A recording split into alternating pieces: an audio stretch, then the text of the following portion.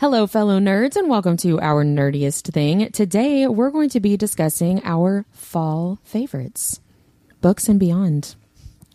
And other silly things. That's exciting. We're just going to be silly. That's all I had for the intro. If you listen all the way to the end, we're going to have our interview with author Courtney Gould, who is a delight to talk to. So please listen all the way to the end for that. And before we get into anything else, Deb, will you please tell about our nerdiest cocktail? Of course. So it's funny because our cocktails are always made for our Thursday episodes, and we're doing fall favorites, and you even named this cocktail Mummy Dearest. Oh. Yeah, for fall and Halloween and spooky season. Ooh. It's an orange chocolate rum concoction. Yeah. It's delicious.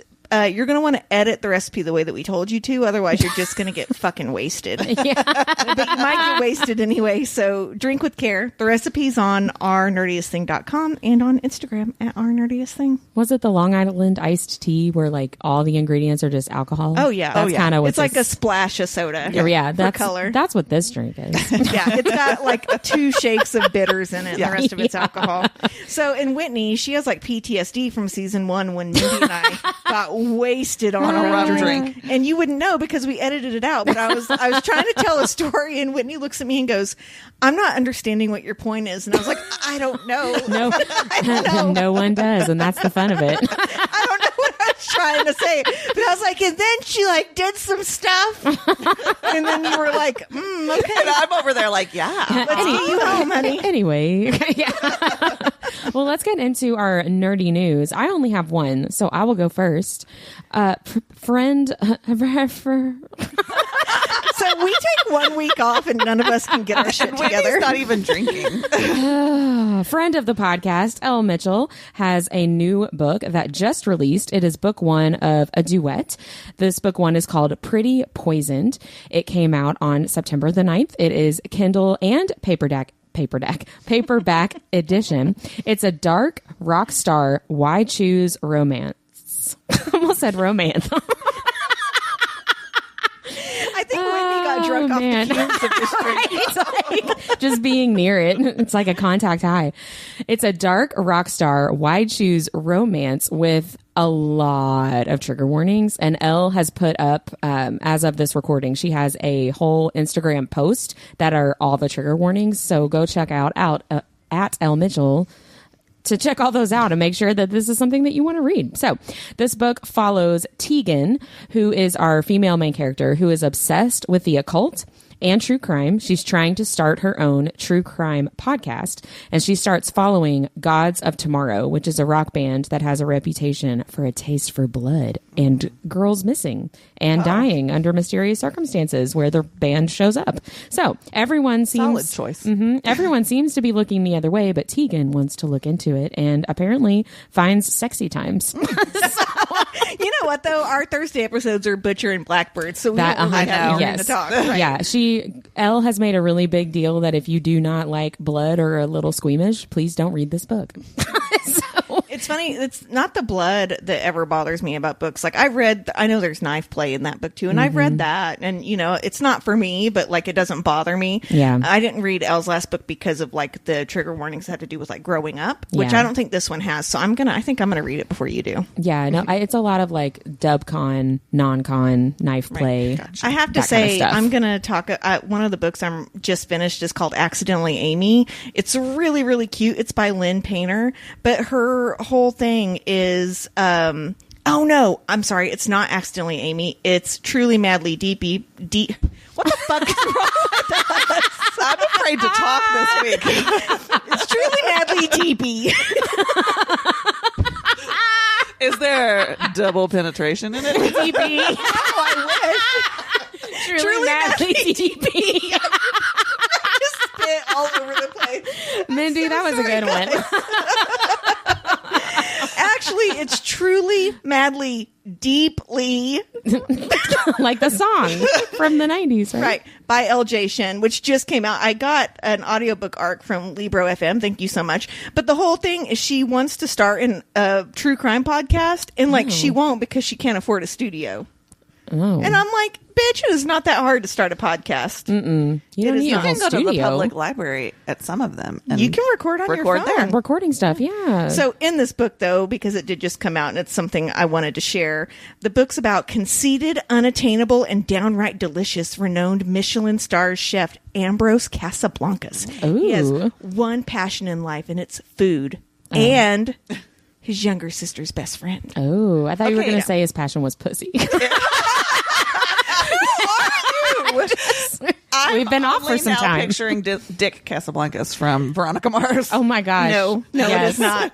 No. So it's a really, really sweet story where he falls first and she has no idea. I'd highly recommend it. It's got some trigger warnings in it too, so just read those. But yeah, it's actually a really, really good book. But she could have started her podcast much sooner than she did. Go for it, girl. And she's had it up for a year and she has 10,000 subscribers, and I'm like, okay. Yeah, that must be nice. Yeah. She must be like getting naked on her channel or something. The podcasts that get that usually they were like a sitcom writer right. or something. Like she is not. Yeah. And I'm like, all right, you keep saying that. So we would like 900 or 9,000 more subscribers. I'm happy with our people that subscribe, for the record. Yeah. Okay, the next book I want to talk about is called Night Owls. It comes out on September 17th. And this is actually a YA paranormal romance debut. It's steeped in folklore where two estries, one being an owl-shifting female vampire from Jewish tradition, face New York's monstrous underworld to save the girl that loves them. Aww. Yeah, I'm really excited about that one.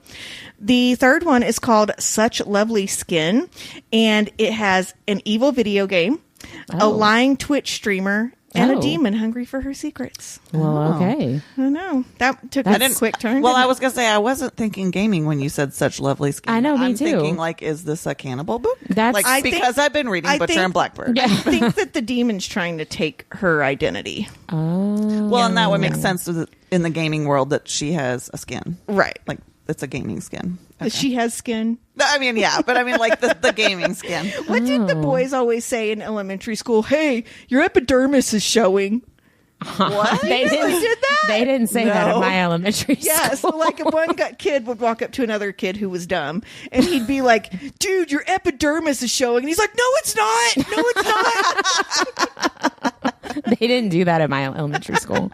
It was like, you want to go cow tipping? Sure. That cow's dermis is showing. Yeah, do some frog gigging. Okay, so my final one is A Dark and Drowning Tide by Allison Saft. That actually just came out as well. And this book was recommended to me by Courtney Gold, who we have on the podcast today. And this is about a sharp-tongued folklorist. You guys keep listening, please. This may be why they keep listening. Yeah, I know, right? Let's listen to the three girls not be able to talk. Okay, a sharp-tongued folklorist person, right, must pair up with her academic rival to solve their mentor's murder in this lush and enthralling sapphic romantic fantasy. Ooh, yeah. Nice. We're going to pause right here so I can open the window because it's fucking hot in here. Remember 10:30 for later. Oh, you got it. Thank you. I don't know why I was going to climb out over you. Here, I can actually put that in the notes real quick. I just wanted to rub my ass on you. I have no idea.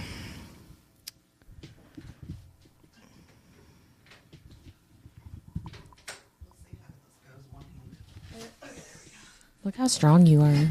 7 and 8. Yeah, thank you. I'm going to knock over a lamp.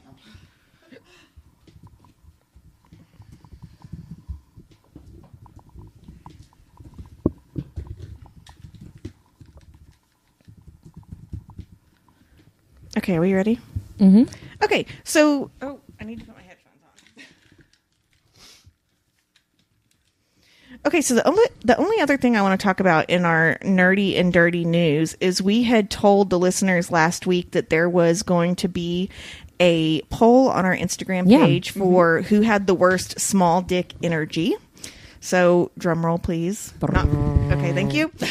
An overwhelming 67% chose Duke Tierman from Blood and Ash as having the worst small dick energy. Correct. Behind him was Locke from The Cruel Prince at 22%, and 11% went to Tamlin from ACOTAR, which I was surprised that not more people picked him, but they agreed that Duke Tierman and Locke did way more atrocious stuff. Yeah. I agree, if people want to follow us on Instagram at Our Nerdiest Thing, you can participate in fun research trials just like Thank you, friends and listeners. Seriously, come hang out on our channel. We're fun. It's fun. We're pretty fun.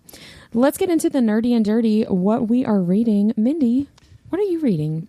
I haven't spoken yet, right? We all want to hear what I butcher when I talk. Okay. No, don't fuck it up. Don't fuck it up. No, I have just finished a couple of arcs because I feel like I'm in my arc era right now. And they were both actually really good. They were both very fall themed, so that was lovely. The first one is Can't Help Falling in Love by Sophie Sullivan. And it's about a struggling waitress and an heir to a major company in Seattle, and they find themselves thrust into this fake engagement. I know, right? And it's all with like a backdrop of like autumn things, like they go apple picking, and it's just very like it's the season of autumn. That's cute. It was a really cute little love story. And then the other one I just finished is Perfectly Wicked by Lindsay Lovis.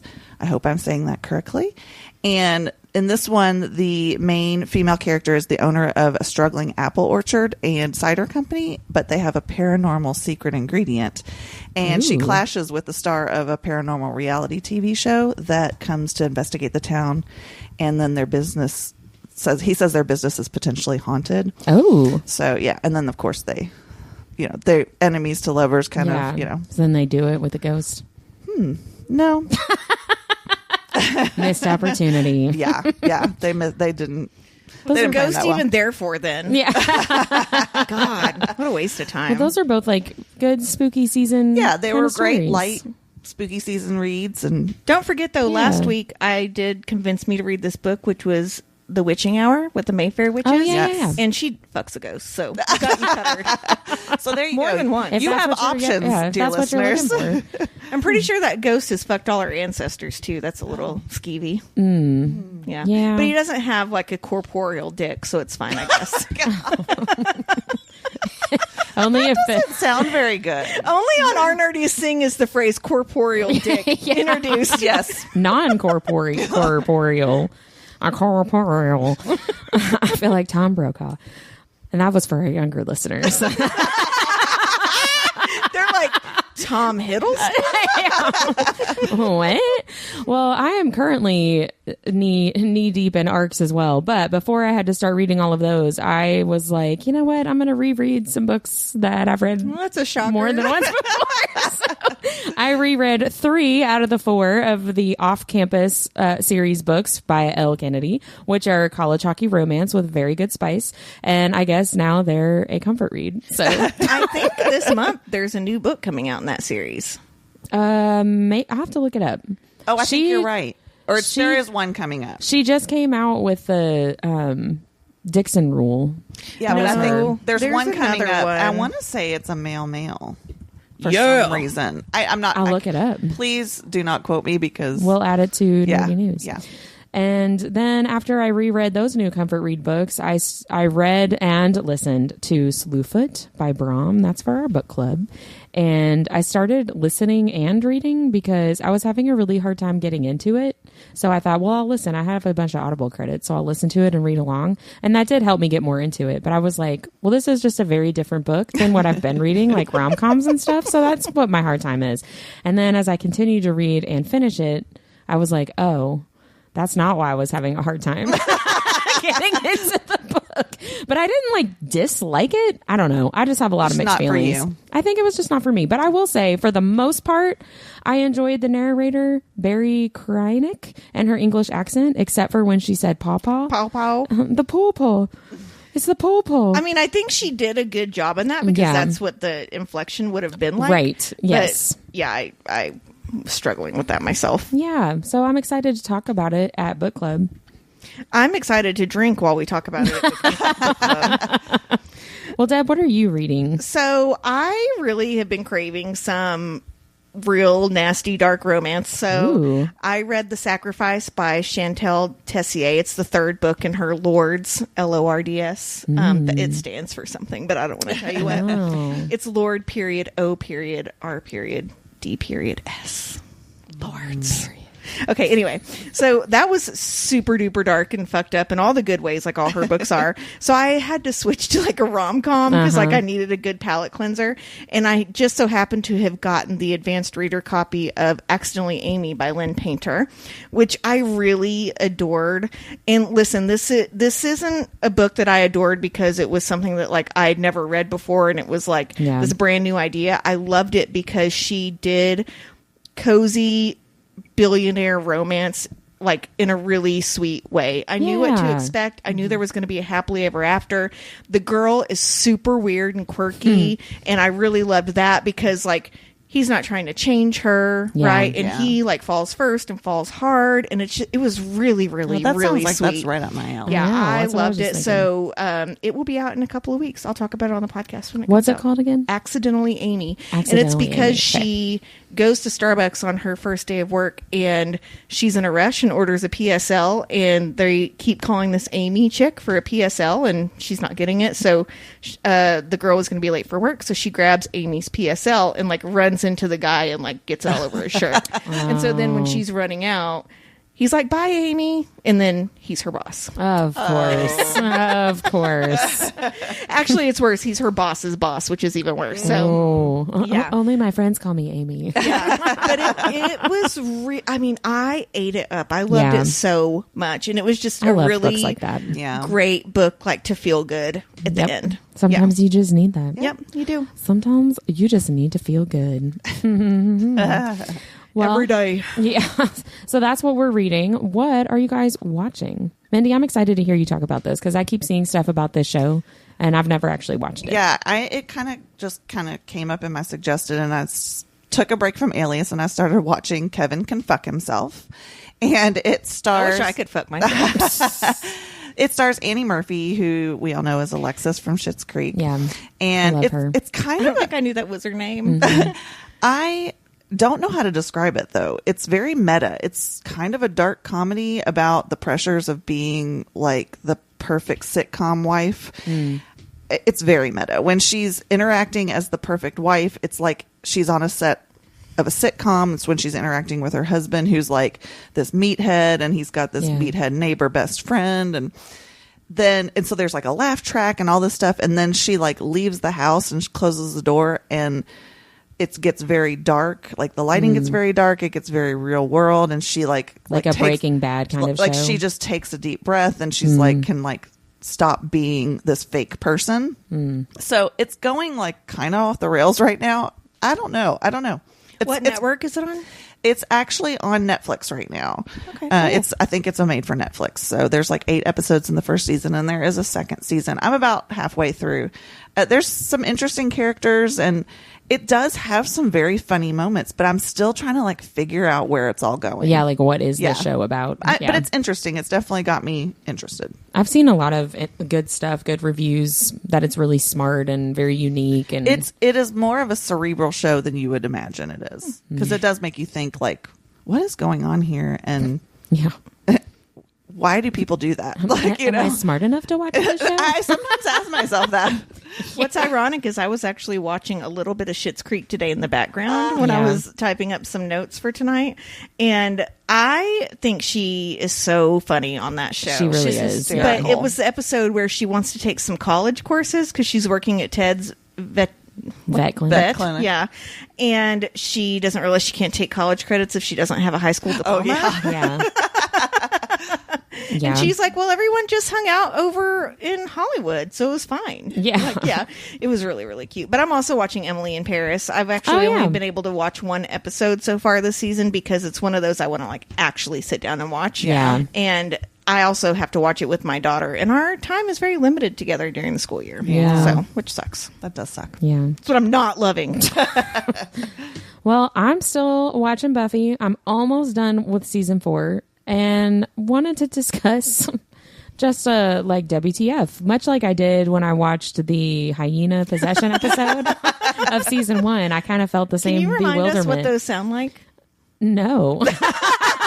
I was thinking, wait, did I do that when I talked about it the first time? Yeah, I was like, no.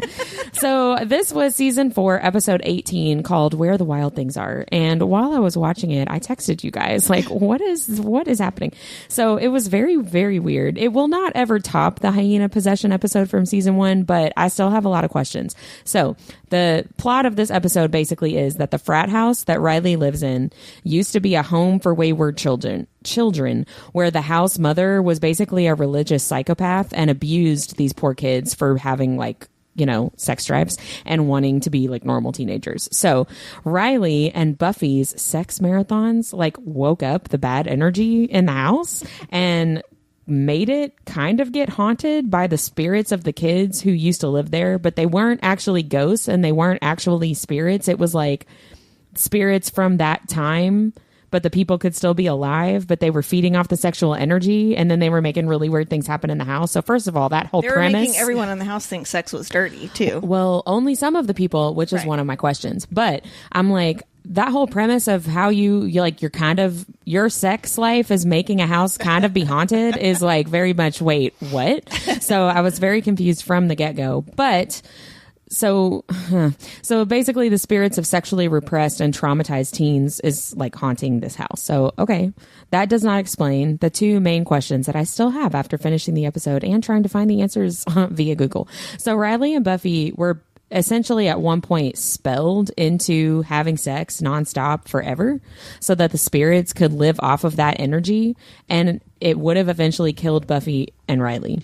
And there was this weird tree vine like thing that grew over their door to stop anyone from getting in, to stop the spell.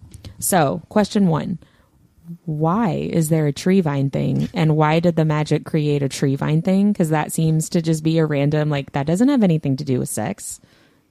Why did that happen? Maybe it's supposed to be like the Garden of Eden. I don't know. But it grew through like the whole house and like down the stairwell, and it was like attacking Xander. And I was like, what does that have to do with having sex all the time? But okay. I didn't question it. I was just there for the sex. It was just like, what? And so then the other main question that I had is there were all the people, like that poor girl that shaved her head that was like, I kissed you and now that's dirty. Like, so there was that happening. But at the same time, there was one specific spot in the house that if you touched the wall, it basically like gave you an orgasm. Yeah. But none of those people, they were all like touching the wall and having orgasms in front of their friends, but the spirits didn't make them run away and say, shame, I know your name. Exactly. Maybe it brought out people that like secretly felt dirty or had like repressed childhoods from that, because one of the things that was not explained. Was it Willow or Tara that ends up in the closet because Tara. Like she is a lesbian, right? Yeah, and Tara. and she's always been told that's dirty. Sure. Which it's not, for the record. But I think it was people that like maybe had been told all their lives like they need to repress or whatever. That makes sense. That would love it if that were the case. We'll say yes. We'll say that's true. And then my final question really is, why orgasm wall?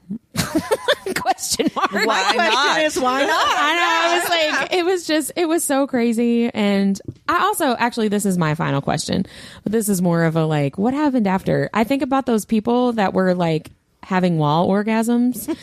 And I'm like, did they get bullied by their college peers, like for the end of time? Are they always forever known as like wall orgasm people? Yes, like remember those people? It was like 2 guys and a girl. I think that the show actually showed. I'm gonna having say that it. when anyone left that house, they never talked about it again. I just see. My question. I was is, bewildered. If they're spelling them to have sex until they die, what's the point then? Because then they can't. What's the point in keeping people from stopping them? Because eventually they're going to die anyways. Well, that's true.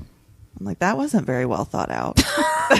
Well, the whole episode wasn't very well thought out. I have a deep cut for you. I actually forgot to mention this weekend. I watched Can't Hardly Wait with my son, and he thought it was so fucking funny, for the record. Love that movie. But you know the part where, I forget what the guy's name is who's supposed to be like a geek, but he goes in to get his first beer and he like spits it out and he's like, the beer is gone bad. And for the record, shout out to Trope Trollop, because she and I are like live messaging each other at the same time because she wants to know what like my son's thoughts are on this movie, right? Side note, I love her. Right, Yeah. she's so awesome. Yeah. So having said that, in the background, like acting all stoned and dazed, is Tara from Buffy. Oh, Just randomly, there are so many people in that movie. Yeah, that there's it's a a lot very of 90s. Yeah. A very 90s movie. But shout out to Trope Trollop. She watched Yes. Empire. She's like, you should watch Empire Records with your son next. And I said, no, because then I have to explain to him why anyone would think that Rex Manning was hot. I don't. Again, it was the 90s. Yeah, exactly. That's all you got to say. My son would be like, oh, I don't have to try. Well, Like, actually, Rex Manning tries too much. It's like our parents trying to explain to us why Magnum PI was hot. I can kind of see it now. Now that I'm older. Nope. You don't think that Tom Selleck's good looking? Nope. Oh, I do. It's the mustache. And honestly, maybe it's because he looks kind of like my dad. That I can would see that would throw a wrench into I'm it. not a huge mustache fan, and I think it's because my dad always had a mustache. Fun fact, I used to be afraid of people with beards. You have told us that before. Yeah, that's for all our My new sweet, listeners. sweet Whitney. I know. It's because of Pete's Dragon. Anyway. Anyway. What That's are a whole other episode. That's a whole other episode. We should do a bonus episode on Pete's Dragon. I cracked myself up. So I already shared what I was listening to, which was the narration of Slewfoot. Oh, I'm not listening to anything new. I'm still listening to Dear Felicity. I'm almost caught up, though, so. Yay. Yeah. Anything cool from it that you... Well, I mean, they talked to Scott Speedman, who is hot. And I did not realize that he's on Grey's Anatomy now, which I kind of stopped watching for a little while, so Yeah. I didn't realize that. I'll have to go back and rewatch now. I only watch it on TikTok clips when it shows up. Well, maybe on I just need to go through TikTok and talk TikTok. It'll just say like Grey's Anatomy, Scott Speedman into your phone. Apparently, whenever Whitney, because you mean she'll be like targeted for Yes, it? Yeah, exactly, I thought you meant yeah. when you go into TikTok, you're like, search Scott Speedman. You can type it in, Whitney. You could do it that way too. Okay. I mean, you see what kind of trouble I get into because I voice text you guys all the time. Yeah. And like 90% of the time, you're like, what? I think you meant this. Is that correct? Sometimes I just pretend like I know what you're talking about. Yeah. Well, hope you haven't missed anything important, asshole.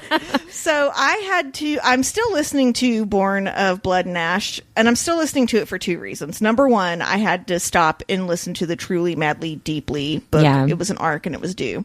But also, I kind of don't want the story to end, so I'm really procrastinating. I'm sort of the same way. I'm halfway through now, and I'm like, again, I have a bunch of other crap on my. No, it's not crap. I have a bunch of other great, awesome arcs that I'm trying to read, and other stuff for book clubs. But I'm the same way. I'm kind of like, well, I'll just put that one aside because I want it to last. I know, but then I really want to finish it because I keep seeing in all of like the JL groups, they're like spoilers and theories, and I was like, but I want to play. Yeah. But I have avoided spoilers. I'm so proud of myself. I have too. Yeah, but we're going to be hitting a month, and that's when all the websites don't have to put spoiler in front of it anymore. So you and I need to get cracking. We do. I think that's Friday. From the that's not time that gonna we're happen. recording out. So here's the thing, because those books are so long, I'm 72% of the way in, and I'm listening to it, and there's 9 hours left. Oh my. Yeah. That's a lot. That is a lot. And that also book. feels intimidating, right? Yeah. There's only 30% of the book left, and it's that long. Yeah. Yeah. That's a lot. It's like you wish you could put a little piece of masking tape over that so that you can't see the countdown. That's when I used to do my own taxes on TurboTax. I used to do that. I'd put tape over it because the number fluctuates as you go. It's so it'd be like, you owe $40,000. And then it's like, you're getting $50,000 back. And then it's like, just kidding. You're getting $200. Yeah. I will give you $1. Well, what are you guys loving right now? What are you loving with? Oh, I was going to say Mindy, go first. Look at us. Two peas in a pod. Well, I have just had some fun times with my oldest. We have gone and played pickleball, just me and him, a couple of times, which has been very fun because we're about the same level of like not very good. I thought you were going to say the same height. Well, that too, but we're right on the same level as each other. So we're both like not that great, but we're right there with each other. Yeah, like we match each other. So I know this is going to shock you, but I'm too aggressive to play any type of racket type sports. That is the least surprising thing that I've ever heard. Brian has played our sexual butler, for those of you wondering. Brian has played racquetball with me once. Yeah. And he was like, never again. Yeah, I'm not doing that again. Yeah. But yeah, I've just had some good times with him. We went to a baseball game together yesterday and we just had some good times. So I don't always get to spend time just me and him. So that's been nice. And then the other thing that I'm loving is I ordered and received a birthstone ring for my kids' birthstones from a website because I was targeted on Instagram and allowed myself to be influenced. But it's called Mint and Lily. And it was like $50 and it's a really pretty, just simple sterling silver little ring. It is really cute. It's really cute. Yeah, our algorithms are really different. Yeah, I know. Mine's a lot of like It depends on which SVGs and scrapbook shit. It depends on which app I'm in, Right. what the algorithm looks like. But yeah, that's what I'm loving. Mindy, what are you loving now? Well, I had an opportunity to go to our new coffee shop here in town called the Witch's Brew Coffee Shop. My daughter went Saturday. Yeah. So, and it's been like mobbed on the weekends, like lines out the door. Good for them. And they seem to be doing really well. But I went on a weekday. I met a friend of mine who's actually a parent of a student that's graduated from the school where I work. And I just really adore her, and she's just fun to talk to. So we decided we'd meet there, and it was really, really good. And I love the vibe of it. It's got this whole like gothic, like apothecary, witchy, like potion-y kind of vibe to it. Yeah. And the people that worked there were hilarious. The one girl had a Twilight shirt on, and my friend was like, "Oh, I like your shirt," and she's like, "Oh, okay," and she's like, "Most people make fun of me for it." And so we got in this huge like conversation about how we love the movies because they're so bad they're good, and like that kind of stuff. So it was really fun. Got to know some of the baristas too. Oh, fun! I still need to go. I want to try it as soon as I can. You and I have a very fluid during the day schedule. Oh yeah, We could go. that's I do true. not. Deb, what are you loving? So two things. I was commissioned to draw a Frida book tattoo for the Marigold bookshelf. We met her at Imaginarium. Yeah. And so I finished my illustration of that last week, and she went and got it tattooed. And it's she did really already? gorgeous. Awesome. Yeah. And then I was actually asked to do another commission for someone else. It's a Scream Scooby-Doo mashup. Oh, nice. Because Matthew Lillard plays Stu on the show, and then he is Shaggy. Oh, Yeah. right. Yeah. He's like Stu Shaggy, right? He's the cool. Ghostface killer. And then I Yeah. made Fred his accomplice. Oh, nice. Yeah. So Fred's like holding like a ghost face mask behind his back and Nice. stuff. And Oh. it's like really turning out really, really funny. I and love the that. girl I'm doing it for is so excited. That's awesome. Yeah, she's getting it Yay. for her husband for his birthday. Oh, that's Aw. cool. Yeah. That's really cool. Do we have any convince me to read? Not this week. Not for me, at least. Me either. So let's go right into our nerdiest topic today, which is nerdy fall favorites, books, and beyond. So I have to know, and this might be my nerdiest question of the week, did you all divide up your stuff between books, movies, things like that? I did not. I did kind of, yes. Because I put little extra, my and other stuff is a little extra. We can talk about it that way if you want to. Do you want to talk about That's up to you. fall books first? Let's do that. Yeah. Sure. All right, Mindy, what fall books are a must? I have a plethora of very different fall must books. So first I'm going to start with Julie Olivia's If It Makes You Happy. This is an arc. It's coming out at the end of September. And I just love her stuff. She's the one that writes the amusement park romance, and she's got the Peter Pan, not retelling, but like inspired books. Yeah. This one though it's set in the fall, of course, and it's set in the 90s, so it's got 90s vibes, and she's got a whole like 90s playlist that goes with it. Nice. And she's been like interacting really a lot on her Facebook about like songs that people like. So I'm really excited about that one. I haven't gotten it yet, but I'm excited to read that one. Yeah. And then the other one is a little different. It's also a romance, but it's Her Favorite Jack-o'-lantern by Rebecca Rennick, and this is from the Gummy Bear Orgy series. So this I cannot get over that. I know, right? That title. So this is from the same author as from the Pinky Promise, which I read earlier this year and loved. This is the orange colored one, and the main characters are named Jack and Sally. So like Nightmare Before Christmas vibes. Cute. And the female main character is like the town goth weirdo, which just speaks to me. So that's a fun one.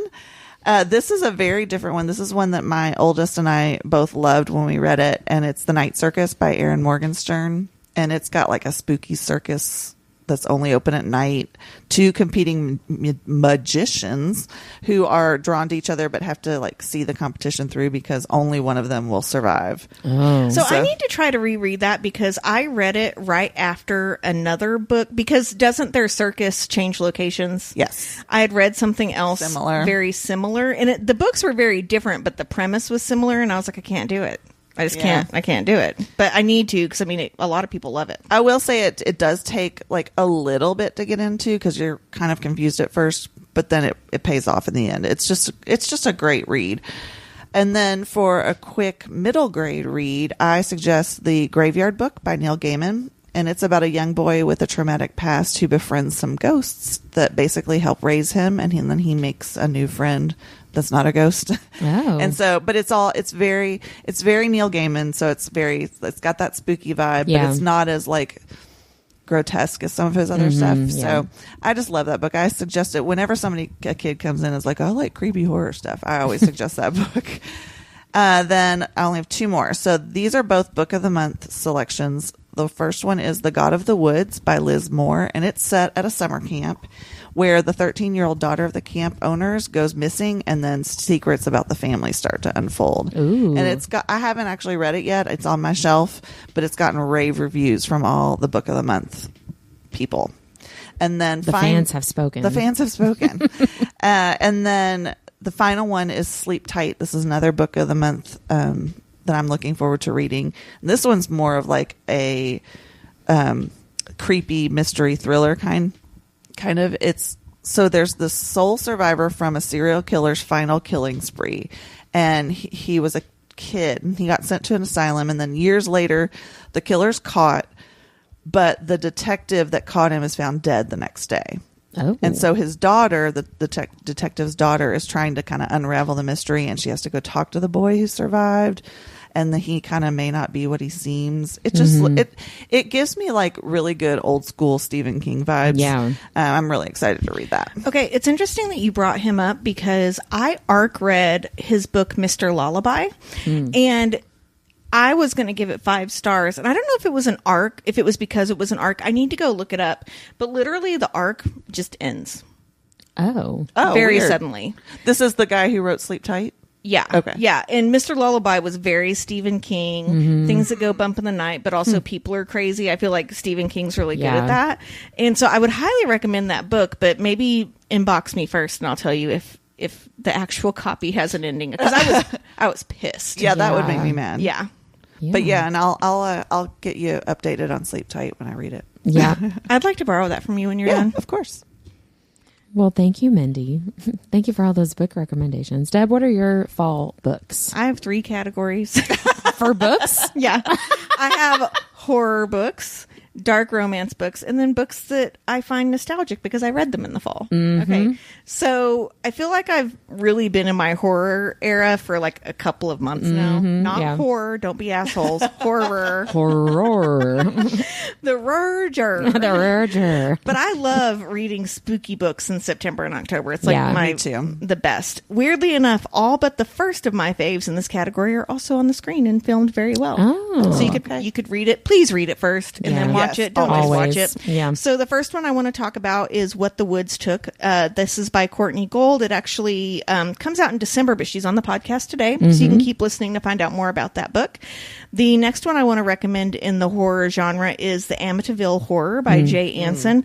That book still scares me. Yeah. Like to this day. It is terrifying. For the film, do you like the original one with James Brolin or Ryan Reynolds? Well, I just turned the volume down on the Ryan Reynolds one. Honestly, though, the Ryan Reynolds one, when he starts to go kind of crazy, he like starts hitting the kids and stuff, so I couldn't finish it. Oh, gotcha. Yeah, he's like really not being... And I'm not real sure that James Brolin is either, but it's not as intentional as they made it in the Ryan Reynolds one. So if you have any type of triggers for that, I would maybe just watch the original. Yeah. Yep. Also, we've got Interview with the Vampire by Anne Rice, which is an excellent book and an excellent movie. There's Bird Box by Josh Mallerman, who that movie was on Netflix, I believe, and it has Sandra Bullock in it. But again, read the book first. And then finally, this was a book I had picked years ago for book club, but it's called The Girl with All the Gifts. And it's very different than you think it's going to be. But there was actually an Amazon, like a British version of it made. Oh. And so the movie sticks really closely to the book. And I think nice. the pacing's a little off in the beginning. And in the movie, you don't get that as much. Oh, that's nice. Yeah. That was a great book, though. Yeah, it really was. So I always love dark romance, but I tend to read more fantasy and big worlds in the fall. And I think it's because I can hunker down and I'm not interrupted like at the pool while I'm reading. But I do have 2 dark romance books that are perfect for the fall. The first one is Her Soul to Take by Harley LaRue. It's about witches and demons and possession and all that stuff. Very, very, very dark romance, though.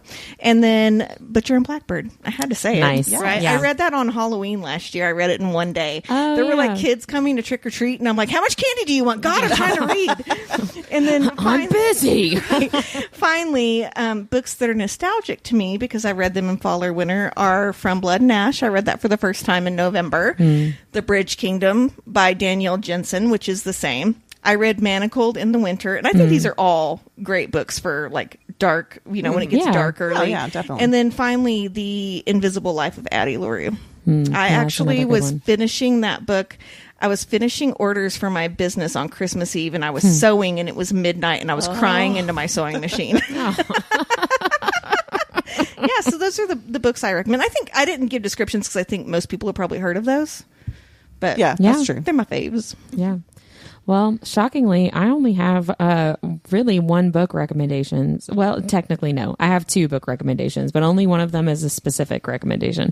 So the specific recommendation I have is just Riley Sager, generally, because he's really good with the spooky... I almost put The House Across the Lake on my list. He's just good at that vibe, that general like spooky season kind of vibe. I like House Across the Lake, and I liked Middle of the Night, too. I didn't like it as much as House Across the Lake, but it was still good. So Riley Sager books. And then really, when I was thinking about books, I kind of went where you did, Deb, like just nostalgic books. I do a ton of comfort rereads in the fall, and every year it's different which books it's gonna be, but it's just comfort reads. Yeah. Like that's my recommendation, is to do whatever your comfort read is. Right. Because it sucks when the time changes and it gets all dark early and like just the time where it's worn out from school and it starts to get cool, so it feels cozier under a blanket and that kind of stuff. Yeah. So that's why I just started doing that with the L. Kennedy books. I like how we all act like we read less in the summer. We don't. No. We just get under blankets in the fall. That's going to be short-lived, though. That's not forever. Yeah. But yeah, I think the comfort reads, there's just something about the fall and the cold and snuggling up with a hot cup of coffee and reading something that I know exactly what's going to happen and how it's going to make me feel. And so those are really my only recommendations. So, you guys did better than me at the book sections. What should be our next category? Movies? Movies? TV? Yeah. Why don't you go, Whit? Since I barely said anything. I only have a couple for these two, but I for TV recommend Midnight Mass, the show on Netflix. We did a few episodes about it back in season 3. Yeah, go listen to them. They're awesome. Yeah, it's in the show notes, but that is just, that's a perfect spooky season show. It's 8 episodes, I think, 8 or 9 maybe, and it's creepy. No, you know what? And it's 7 because that's their whole thing. Oh, is 7. It's 7. Yeah. And we talk about the number 7 in that's those true. episodes. We do. Yep. Yeah, it's very spooky, paranormal. I love that show so much. It's such a good fall spooky season show to watch. I actually thought about restarting it the other day when I was working on something just to have it on the background, but I'm like, it's not a show that I think I'm in the right headspace for now. I need to be doing very well mentally. You got to be ready for it. Show. Yeah, you got to be ready for it. And then for movies, it's just the Twilight movies. I watch them every single fall. My daughter and I do too. Yeah, they're not great, but they're also awesome. They're a comfort watch. They really are. Tell everyone what's trending around what season it is. You did your memes around it last week. It's I do. Season. I do. I love it. Yeah. I love those movies. What can I say? I just do. They're so great. And if you look on our Nerdiest Thing Instagram, I did Twilight memes. Yes. I was really proud because it was Hoa Hoa Hoa season. I'm not going to sing it because I can't sing after you sing. But yeah, those are comfort reads and comfort watches for me. The Twilight movies and Midnight Mass. I've watched them all more than once. All about vampires. What about you guys? I have a few. I love Tim Burton, so The Nightmare Before Christmas is always a favorite for me. And really, I love Coraline. And I'm pissed off because they just had a big screen showing of it where my son works, and I missed it. Is it like the flashback cinema thing? Yeah. And I went and watched Ghostbusters in the flashback cinema, and it was so much fun because I obviously had never seen that on the big screen. Yeah. It was awesome. That's awesome. Well, that reminds me of when during the whole pandemic, when they would open up the movie theaters and you could like pay so much. It was like $100 or something. It wasn't that much. It's a lot more now. We did it for 3 birthdays in my house. Yeah, and we all went as like a bunch of girls, and we watched The Goonies. Yeah, which is another great fall. Oh, that is a great kind of funky. Yeah. And do you know that they're having a reunion? Oh, they're making a reunion. Guess what part of the movie was my 8-year-old son's at the time favorite part? The part where they glued on the dick upside down. Yep, 100%. Yeah, that sticks out to me as well. I see what you did there. Upside down or right side up? Either way.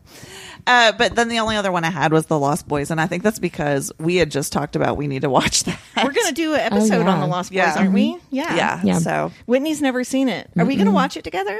Let's watch it together. If we can schedule it. Yes. I feel like it's easier to schedule watching a movie with you than podcasting. Yeah. Because I don't have to prep anything. Right. Yeah. Just show up and sit down. Yeah. What are your watch fall musts? So there is a movie that didn't do super well, but is so good. And I'm going to say all of my movie and TV recommendations I noticed are all campy horror. I love camp, and I think it's because it takes the gruesomeness out of it for me. Supernatural is kind of campy, right? That's why I like Supernatural too, which no one has said that. I watch Supernatural year round. Yeah. But it is really cool in the fall. And in the fall is when Mindy and I went to the first con together. That's true. Yeah, it is. Actually, it was late August, but we'll call it fall. It was fallish. Yeah. So there is a movie called Ready or Not, which is about a woman who marries into a very wealthy family, who's essentially like the Hasbro family, but of course they can't say that. Yeah. And it turns out they've made a deal with the devil for their fortunes, and every time someone marries in, they have to play a game at midnight. And sometimes the game's just like Old Maid, and it's fine. But she pulls hide and seek, so they have to kill her before the sun rises. Oh my god! And she's like a badass, and it is so good. I highly recommend it. Okay, we've already talked about Buffy this episode, but I always watch that, especially in the winter. So the month of December, Mindy and Whitney don't see me. I'm in my studio the whole time for Christmas orders, but I usually binge watch Buffy during that time because it's just good, nostalgic in the background. Yeah. I also have to recommend Scream. That's just a really good fall movie. Yeah. And if you've never seen it, it's like top-notch horror, like slasher film horror. For Mother's Day, I stayed home from church and watched Scream. That's the most on-brand thing you've ever said. I skipped church and watched Scream. I did. It's I just want to sit on the couch by myself and watch a movie. So that's what I did. I'm pretty sure that I made Mindy watch this with me, but I love the movie The Cabin in the Woods. I loved that movie. Yeah. Yes. It is so good. It's done by the guy that it's not J.J. Abrams. It's who does Buffy? Joss Whedon. Oh, yeah. It's one of his movies, and it's so funny. Doesn't it have... one of the Hemsworths. Okay, that's a different movie than what I was thinking. But yes, and then I know what you're talking about. We already talked about Ghostbusters, so I want to say the original and the 2016 Ghostbusters, which is the all-woman cast. I like that one. We watch that almost every Halloween. My family and I do. It's just a really good adaptation of the film. Yeah. And then finally, Donnie Darko. That's a great one. Wonderful cult movie, very, very campy, but very dark at the same time. And one of those movies that you end it and you're like, what the fuck just happened? Mm-hmm. And I love that. I think it's kind of funny. Keep going. That's one of the best songs. Now I'm probably going to watch that tomorrow in my studio. You're talking about campy and nostalgic, and it just reminded me of that movie. Oh gosh, and now I can't think of what it was called. It had Robin Lively with the red hair, and then Teen it had Witch? Teen Witch. Yes. And Top that. Top that. I thought Top That was in Lost Boys. No, that's a Teen Witch? Teen Yes. Witch, Yeah. baby. We also need to do a Teen Witch We might have to episode. watch Teen Witch. Teen Witch is pretty great. It is. Okay, Yes. Halloween's a coming, and we have time. yeah. All right, be on the lookout for Teen Witch and Lost Boys episodes. Planning ahead. And we're gonna learn the whole Top That song, And we're gonna rap sing it it. for you guys. Yes. Oh, I think that needs to I'm be a not. reel. And you're not. I know part of it. Top that. Do you guys have any fall listens? Oh gosh, no, I only have one. Yeah, no, I tend to watch more in the fall than I Yeah. listen. Yeah, same here. My only fall listen must is the Twilight soundtracks. All of them. Oh, yeah, I have a makes sense. whole. That's just not a fall listen for you, though. It usually is at this really? point. Yeah, I have. So when we go places in June with you, that's fall. No. In the spring, I listen to Jesus Christ Superstar, and in the fall, I listen to Twilight, and then Don't the rest tell of the me what year, happens at the end of that movie. the rest of the year, it's pretty much Taylor Swift. But I do listen to the Twilight soundtracks. I have a whole playlist that's just Twilight soundtracks, and it's a delight. Do you guys have any other like miscellaneous fall favorites? And my favorite beverage. Oh, go for it. I love to drink hot tea with rum chata in it. Oh, It's like one of my favorite, like cozy Yeah. alcoholic beverages. Yeah. Very We need to nice. have that for a cocktail. Yeah. We might have to do that when we do our Lost Boys. Ooh, that'd be a good one. And then we're having ramen because it's only noodles. Whitney doesn't get it yet, but she will.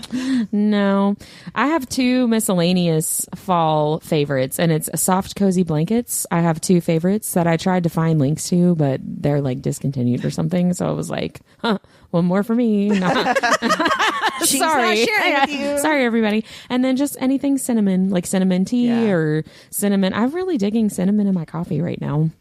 And I think it's because it feels fall, you know? When I had a stomach bug last week, I always like eat toast, right? When you start feeling better, but I want like cinnamon and stevia on it, right? Yeah. Don't bring me some dry toast bullshit. Yeah. If thank I'm ready you. to eat, The I can brat handle diet. I can handle vegan butter and cinnamon and I'll be stevia at fine. that point, right? I will deal with I'd the rather consequences. be nauseous than eat plain toast. I bought my first loaf of pumpkin spice Pepperidge Farm swirl bread. yeah. So I had my first slice of that today. So what I was going to say though is we were out of cinnamon, so my husband put pumpkin spice on it. Oh, yeah. And I was like, that's great. But then he's like, I also put nutmeg. And so like when he brings me toast for the second time, it is just a layer of nutmeg. And then finally I was like, all right, sexual butler, nutmeg is in. I was pumpkin gonna spice. say, Yeah. You don't need to add That's a lot. extra. He's like, it's brown and it's in baking. It sounds good. Yeah. And it does, but it's already included. This is the same guy that first brought me toast with just pumpkin spice on it, no stevia, nothing. And I'm like, those are dried herbs. I need some sugar on here, God.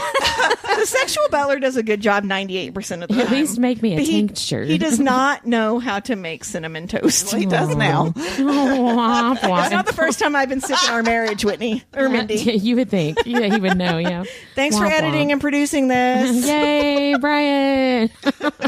Well, that brings us to our nerdiest things of the week. Who wants to go first? I need to go first because it's going to like freak you out and then we can Oh. like bring the room back up. Is it about ghosts? It is. The ghost in your house? Yeah. Oh, man. No. So 2 weeks ago, I was prepping for a show, and I've told you I've got this pair of scissors that I've never found. Yes. Right. So I've got this pair of scissors. They are like $70. They're huge. There's a company called Ginger? yeah. But they are made to go through like several layers of fabric. Like you could literally murder someone with these. That's how sharp and big they are. Right. But That doesn't make this less scary at I know, all. right? I had them in my hand, put them on top of a pile of fabric because I was going to cut that fabric, and I turn around and they're gone. Yeah. My husband and I looked everywhere. Yeah. Everywhere. All through the house, everything. So I go to my show the next day. I come back Sunday morning. They're back on top of that pile of fabric. What? This Then- is like months ago, right? That they've... No, this is a different pair. Oh, okay. Okay. So then my son comes to me this weekend and he's like, something really weird happened in my room the other day. And I was like, what? And he goes, I was sitting there playing video games. And, I think we've talked about this on the podcast before. My son and I fuck with each other nonstop. We're always trying to jump scare each other. Yeah. And he is so loud, like all kids are. He can hardly ever get me, but I can get him all the time. So he's sitting in his room playing video games and he sees a shadow come over him and he thinks it's me and turns around suddenly and there's nothing there.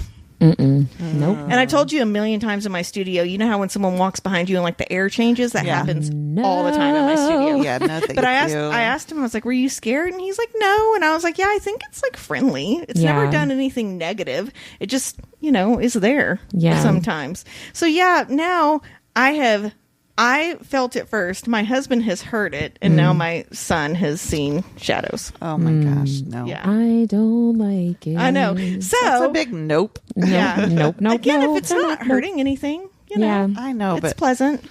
I don't know. It doesn't make gives me me feel the heebie-jeebies. I will say though, there have been, and some people will tell you, like if they ever have like a ghost in their house, they have to do this. There have been times at night that I've woken up and had to say like, leave me alone. Yeah. Because like I can just feel something in the room and then like they do. And I don't know if that's like just, a placebo effect for me. Yeah. But a lot of times if you tell ghosts like, hey, I'm trying to sleep. Like, as long as they're not malicious, they'll kind of leave you alone. Yeah. So, So I guess my daughter's the only one that hasn't. And my husband still is very much like, okay. But I'm like, heard it walking around you definitely upstairs, heard bud. it. Yeah. So that's my nerdiest thing. So let's talk about things that aren't going to scare you. I am so glad you shared that with us. I can't wait. Like, I will never pee in your house again. I posted something on Instagram yesterday that said, when I die, don't spread my ashes and don't be looking for my ghost out in the fields because I'm going to be chasing you up the stairs when you turn the lights off.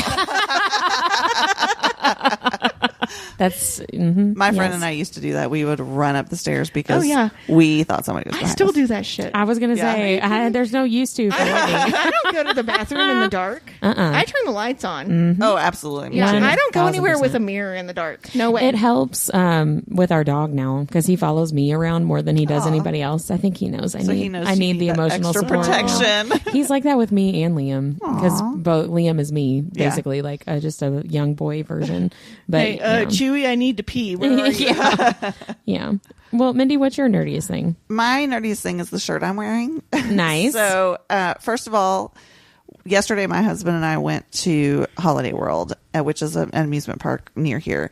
And it's not a very big park. There's not a whole lot, like a whole lot to do. Like we never spend a whole day there. We get what we want done and then we leave usually well before. Whereas I have season passes and go. Well, we also don't. Well, and we also don't go to the water park. So we just do the roller coasters. And there's only like I think 5 coasters maybe. Yeah.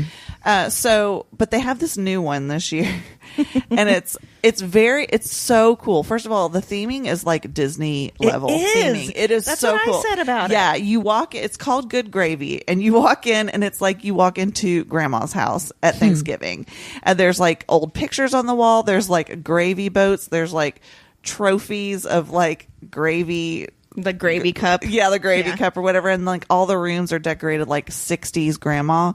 It is so cool. We actually got to really enjoy those because we weren't in the line. Like there was no line. We actually like walked on, which was amazing. But it's like a great family coaster. The roller coaster car looks like gravy boats. It's hysterical. You go through like a big can of cranberry sauce. But it's one of those that it sends you backwards first and you're kind of facing down. Yes. And then it lets you go. And then it lets you go and you kind of go up all the way and come back down. But I will tell you, I'm not a crazy coaster fan. I'll ride small coasters like the Raven that's there. But I will say the first time I went on it and we started going backwards, we were like all the way in the back. So of course we were the highest. Were too. Yeah. And I always like hold on to my son's leg, which, he's 12. Right? And so I'm squeezing his leg and I've got my eyes closed and he goes, this isn't very high. And he goes, oh crap, do not open your eyes. I would die. It is a really fun ride. I've gone on it again. It's a great family coaster. There were lots of young kids on it. It's very smooth. Like if you ever it's a metal coaster. Yeah. it's super fun and it's just an experience. But then we were leaving and we go into the shop and they have all these Good Gravy t-shirts. Yeah. And I just had to get the one that says G Willikers 3 times across my boobs. And it says, gee willikers, that's some good gravy. It's really cute. You have to show people that are going to watch the YouTube feed. Can you like show them on the camera? I don't know if you can see. She kind of just like propped her boobs up. That's all she did.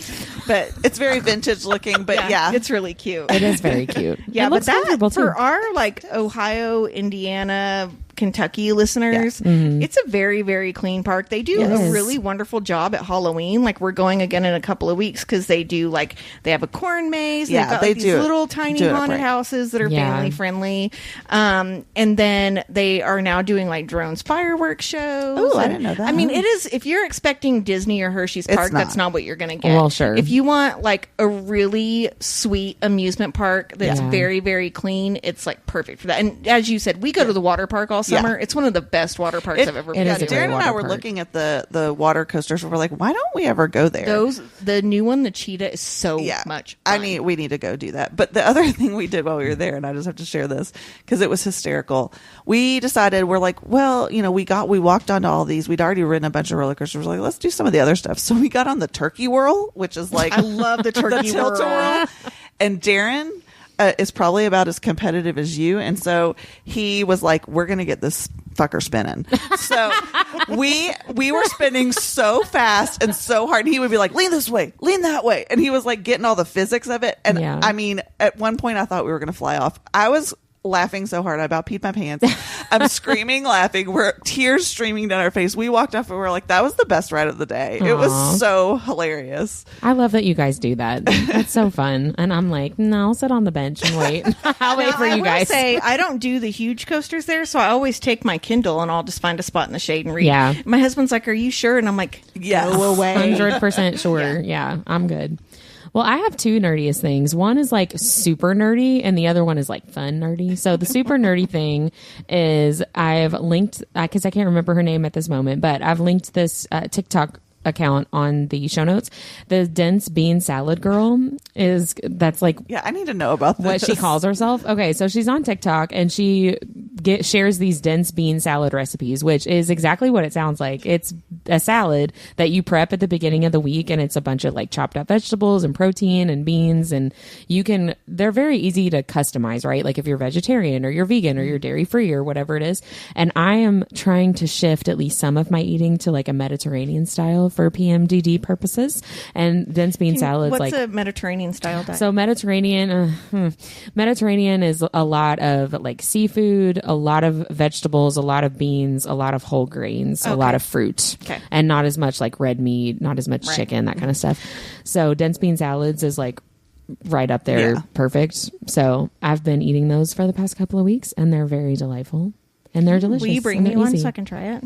If you want. If you can't have feta, you can have feta. Yeah, you can leave the feta out and I'll put goat cheese in. But that's what I mean. Like, it's very easy to she's got a lot of different flavor profiles. What kind of beans? All kinds of beans. Dense ones. All kinds of beans. I don't like garbanzo beans. The one I didn't use. I didn't use those. I made one that calls for garbanzo beans, but I didn't use them. I just used like white kidney beans. Okay. And it was like a lemon vinaigrette dressing, and it was like tomato and cucumber and red bell pepper and red onion and chicken. I had some smoked honey smoked salmon with it one time, and white beans and feta cheese. Oh my gosh, it's so good. I was so good. Coming prepared to make fun of you, and now I want to go. I know, it's so good. It sounds like old people eating prunes when you say like dense bean salad, right? Like it really does have that sounds like what you're talking about, but it's really really that good. Sounds amazing. I think and it just sits like you make a whole big batch and it sits in the dressing, and if you make a good dressing, then it just like all the flavors soaks up all that flavor. It's so good. So that's my like super nerdy thing. And then my fun nerdy thing is my sister and I went to Comedy Off Broadway in Lexington. Oh yeah, you've had those tickets weekend for a while. Yeah, and saw the comedian Jeff Arcuri, who I discovered because TikTok showed him to me. TikTok revealed him to me on my FYP. He was so freaking funny. I laughed so hard I gave myself a headache and like went to bed with a headache. Like, it was so much fun. He didn't like interact with us, but he did interact with the girl next to us who my sister and I were talking to her before the show, and she was like, we were talking about reading, and she was like, I like to read. I read this book's called A Court of Thorns and Roses. And you're like, what? Shout out to Catherine, because as soon as she said that, my sister was like, okay, you need to look up this podcast, Our Nerdiest Thing. They talk about that book in their first season, and they go really deep into it, and it's really funny, and like did this whole spiel about the podcast, and then was like, and also my sister is one of the way to go, Catherine. Because for a second I thought she was just not going to mention that. Yeah, and I was like, well, that's cool, because it sounds like she's just really promoting it. Yes. Yeah. So shout out to Catherine. Nice. It was so much fun. I will say, not shout out to the first comedian that opened for Jeff R. Curry. I don't remember what his name was, but I feel like he didn't really know what to say to Kentuckians, because one of his we're just people, man. Okay, so one of the first jokes that he made, he was like, you guys know where the first Kentucky Fried Chicken was? And my sister was like pumped because Shelbyville? Corbin. Oh, because that's where she lives, and she was like, Corbin, and he was like, nope, it's Utah. And that's how the audience reacted. Just like that. And we were all like, staring at him quietly. Like, yeah, we were all like, that's what? Not true, bro. Right. He was like, yeah, it is. And we were like, okay. And that's how he started. Backup? It was so weird. And we were like, all right. And then he made the, like, you know, the joke that everybody makes about Kentucky. Like, it's just fried chicken when you're here. And that is how everybody reacted. Just like that. Okay, I'm going to tell comedians, you don't have to try to relate to the statement. No. Yeah, like you don't. If you don't know it, it's fine. When he stopped doing that, he was very funny. Yeah. But yeah, his Kentucky specific jokes, we were all like, all right, yeah, KFC. Haha, we've never heard that one before. Secondhand embarrassment for you. But the rest of his set was funny, and Jeff R. Curry was absolutely hilarious. So shout out to Jeff R. Curry. So that's it. Well, we talked about a lot of things, guys. Yeah, we did. And now we're done. Stay tuned for our interview with Courtney Gould. Bye. You're doing great. Bye. Bye.